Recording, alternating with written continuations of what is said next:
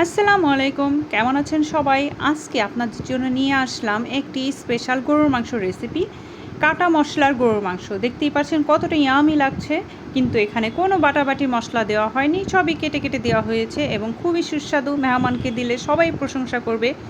চলুন তাহলে দেখে নেওয়া যাক কীভাবে রান্না করেছি। তো প্রথমে আমি এভাবে পেঁয়াজ এবং আদা রসুন কুচি করে নিয়েছি। দিয়েছি 1 টেবিল চামচ ধনিয়া, আধা টেবিল চামচ জিরা, 1 চা চামচ গোলমরিচ আর 4 ভাগের 1 ভাগ জয়ফল। মাংসটা সিদ্ধ হবে এবং ফ্লেভারটাও সুন্দর হবে।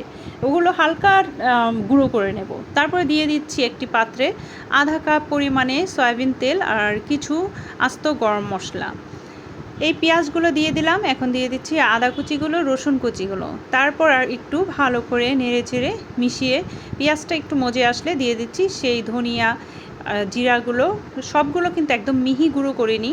আর কিছু শুকনো মরিচ বিচিগুলো ফেলে দিয়েছি, কারণ যে শুকনো মরিচের ভিতরে বীজগুলো থাকে সেগুলো এই পেট ব্যথা করে আর ঝাল হয়।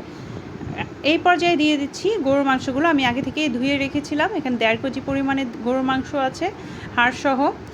তারপর পেঁয়াজের সাথে একটু ভালো করে নেড়ে চেড়ে ভেজে নেবেন। 2-3 মিনিট প্রথমে ভেজে নেবেন। তারপর দিয়ে দিচ্ছি 1 টেবিল চামচ পরিমাণে লবণ। লবণটা দেওয়াতে মাংসের পানি চলে আসবে। আর এখানে দিয়েছি 1 চা চামচের হলুদ এবং মরিচের গুঁড়ো, কারণ আমরা একটু কালার পছন্দ করি, একদম সাদা পছন্দ করি না, সেজন্য হালকা মশলা দিয়েছি। তারপর এভাবে ভালো করে ঢাকনা দিয়ে ঢেকে নেড়েচেড়ে কয়েকবার কষিয়ে নেবেন।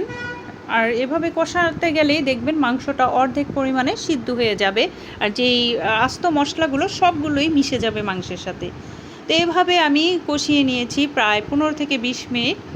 ভালো মতো যখন কষানো হয়ে গিয়েছে আর তেল উঠে গিয়েছে, তখন এখানে দিয়ে দেব পানি। পানিটা অবশ্যই গরম পানি দিবেন, তাহলে মাংসের স্বাদটা ভালো থাকবে এবং সিদ্ধর যে প্রসেসিংটা সেটা চলমান থাকবে। দেখতেই পাচ্ছেন মশলাগুলো একদমই মিশে গিয়েছে, সব কিছু, কোনো মশলা বোঝা যাচ্ছে না। তো পানিটা দিয়ে দিচ্ছি। এরপরে দেখে নেব মাংসটা কতটুকু সিদ্ধ হয়েছে। মাংসটা যদি দেখেন অনেকটা শক্ত, তাহলে পানিটা আরও বাড়িয়ে দিবেন। তো আমার মাংসটা প্রায় অর্ধেক সিদ্ধ হয়ে গিয়েছে।